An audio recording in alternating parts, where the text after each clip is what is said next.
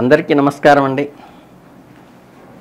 మనకి రాబోయే ఆగస్టు మాసంలో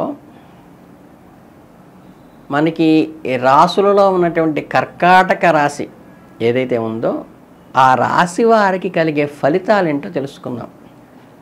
కర్కాటక రాశి అంటే ప్రధానంగా ఏముందంటే మనకి ఇందాన మిథునంలోకి పునర్వసులో 3 నక్షత్రాలు వెళ్ళిపోతే ఈ చివరి పాదమైన 4వ పాదము అంటే హ అనే అక్షరంతో మొదలయ్యే పేరు గల వాళ్ళు, అలాగే పుష్యమిలో ఉంటుంటే 1, 2, 3, 4 పాదాలు అంటే హూతో కానీ హేతో కానీ హేమాంబరధర్రావు, హోతో కానీ డానుతో కానీ వీటితో నేమ్ స్టార్ట్ అయ్యేవాళ్ళు. కానీ ఇక ఆశ్లేష నక్షత్రంలో 1, 2, 3, 4 పాదాలు అంటే డీతో కానీ డూతో కానీ డుండేశ్వరరావు అంటారు కదా, అంటే డేతో కానీ డోతో కానీ వీటితో ఈ అక్షరాలతో కనుక ఎవరైతే ప్రారంభమవుతుందో వీళ్ళందరూ కూడా కర్కాటక రాశికి వస్తారు. ఈ కర్కాటక రాశి వారికి వచ్చే ఫలితాలు అంటే ఈ ఆగస్టు మాసంలో ఎలా ఉంటుంది తెలుసుకోవాలంటే ముందుగా ఈ ఆగస్టు మాసంలో ఈ రవి శనులు 26వ తారీఖు నుండి కుజుడి ప్రతికూలత వీటి యొక్క ఫలితం వల్ల ఏంటంటే ఈ నెలలో కొంచెం క్లమ్జీగా అంటే గజిబిజిగా ఉంటూ అన్నిటా కొద్దిగా అనాసక్తత అంటే ఏంటంటే ఇది ఏంటి బాబు అన్ని మెలికలు పడుతున్నాయి అనేటువంటి భావన కలిగేటువంటి అవకాశం ఉంటుంది. కానీ ఏమాత్రం తొందరపాటు పడకుండా కొద్దిగా జాగ్రత్త వహించి సంయమనం పాటించి వీటి నుంచి ఒడిదుడుకుల నుంచి బయటపడాలి. అంటే వృత్తిలో కానీ ఉద్యోగంలో కానీ వ్యాపారంలో కానీ ఆర్థిక నష్టాలు ఉండవు, పెద్ద ఇబ్బందులు ఉండవు. కానీ ఈ చికాకు ఏర్పడేటువంటి పరిస్థితి ఉంటుంది. కాబట్టి వీటి నుంచి మనం సంయమనంతో సామరస్యంతో బయటికి రావాలి.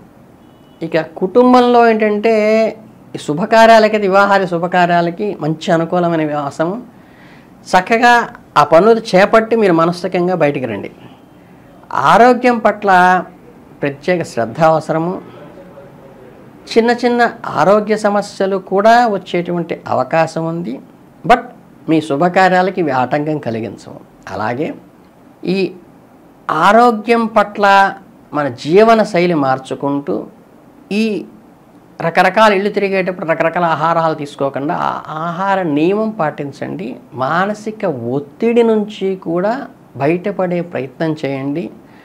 ఈ చికాకులో ఆహారం తీసుకున్నప్పుడు ఏంటంటే అనారోగ్యం కలగజేస్తుంది. కాబట్టి మానసిక ప్రశాంతత తెచ్చుకుని ఆహారం తీసుకోవడం అలవాటు చేసుకోండి.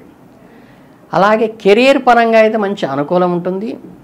కుజుడు బృహస్పతి గ్రహాల శుభస్థితి వల్ల ఉద్యోగంలో ఒక రకమైన అప్రిషియేషను, ఒక రకమైన గౌరవ మర్యాదలు కూడా మీరు పొందే అవకాశం ఉంటుంది. మీ పనితీరుని నైపుణ్యాన్ని ఎక్స్పోజ్ చేయడానికి 10 మంది గుర్తించడానికి కూడా ఇది అనుకూలమైన మాసంగా చెప్పవచ్చు. అంకిత భావంతో కనుక మీరు కష్టపడే మనస్తత్వం ఉంటే కనుక మీకు మరింత అదనపు బాధ్యతలు అప్పగించి మీ నుంచి వర్క్ని అబ్స్ట్రాక్ట్ చేసేటువంటి అవకాశం కూడా మీ అధికారులకు ఉంటుంది. దానివల్ల మీకు ప్రశంసలు పొందుతారు. ఇక విద్యార్థి లోకానికి వస్తే ఏంటంటే నెలంతా అనుకూలంగానే ఉంటుంది.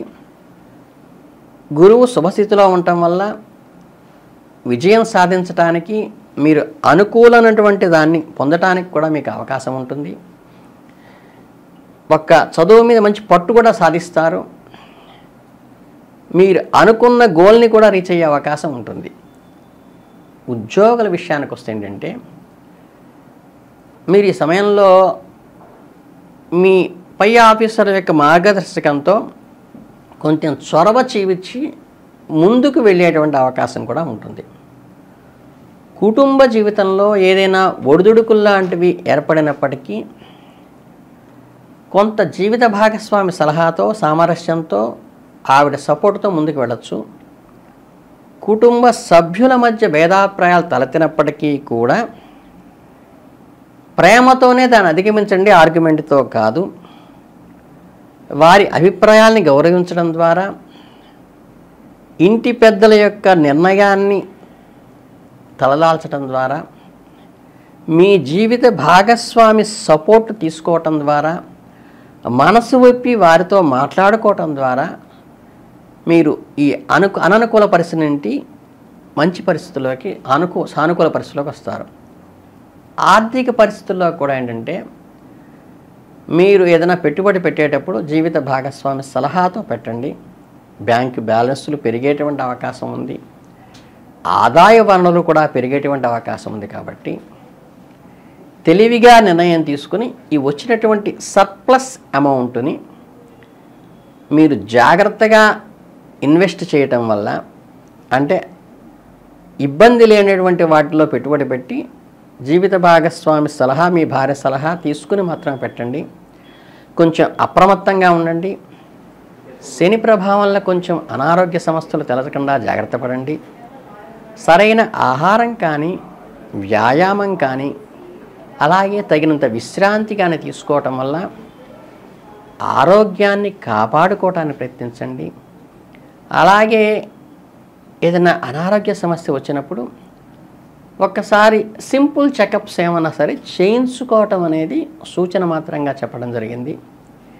ఏది ఏమైనప్పటికీ ఈ మాసం మీకు పాజిటివ్గా నడవటానికి పరమేశ్వర స్తుతి లేకపోతే పార్వతీ పరమేశ్వరుడు కలిగినటువంటి పటాన్ని తీసుకుని తెల్లని పూలతో కానీ ఎర్రని పూలతో కానీ, స్వామివారికి తెల్లని పూలతో, అమ్మవారికి ఎర్రని పూలతో అర్చన చేయటం ద్వారా కూడా ఈ అననుకూల పరిస్థితి నుంచి బయటపడవచ్చు. అలాగే ఆధ్యాత్మిక పురోభివృద్ధి కూడా పనికొస్తుంది. ఏదన్నా ఒకరోజు వీలైతే ఏకరుద్రంతో అయినా సరే రుద్రాభిషేకం ఇంట్లో చేసుకుంటే చాలా మంచిది. కనుకేంటంటే ఈ శివాయ విష్ణు రూపాయ శివరూపాయ విష్ణువే అన్నారు కాబట్టి శివధ్యానమైన విష్ణుధ్యానమైన మీకు గట్టిగా మాట్లాడితే ప్రతి శివక్షేత్రంలో మనకి పాలకుడిగా విష్ణు ఉంటాడు, విష్ణు క్షేత్రంలో పాలకుడిగా శివుడు ఉంటాడు. కాబట్టి వాళ్ళకి లేని అభేదాన్ని మనం కల్పించుకోకుండా చక్కగా శివకేశవ ఐక్యతని పాటిస్తూ శివార్చన చేసుకోవటం, అయ్యవారికేమో చక్కగా తెల్లని పూలతో పూజ చేయటం, అమ్మవారికేమో ఎర్రని పూలతో పూజ చేయటం, దంపతులుగా ఉన్న ఫోటోని మాత్రమే, అంటే శివపార్వతులు కలిసి ఉన్న ఫోటోని పెట్టి, ఇంకా వీలైతే ఇటు షణ్ముఖుడు వినాయకుడు ఉన్నటువంటి ఫోటోని కనుక తీసుకుని పూజామందిరంలో పెట్టుకుని పూజ చేస్తే చాలా మంచి ఫలితాలను ఇస్తుంది. ఎప్పుడూ కూడా శివ పార్వతులు ఉన్నది కలిసి ఉన్న ఫోటోని పెట్టి చేసుకోండి.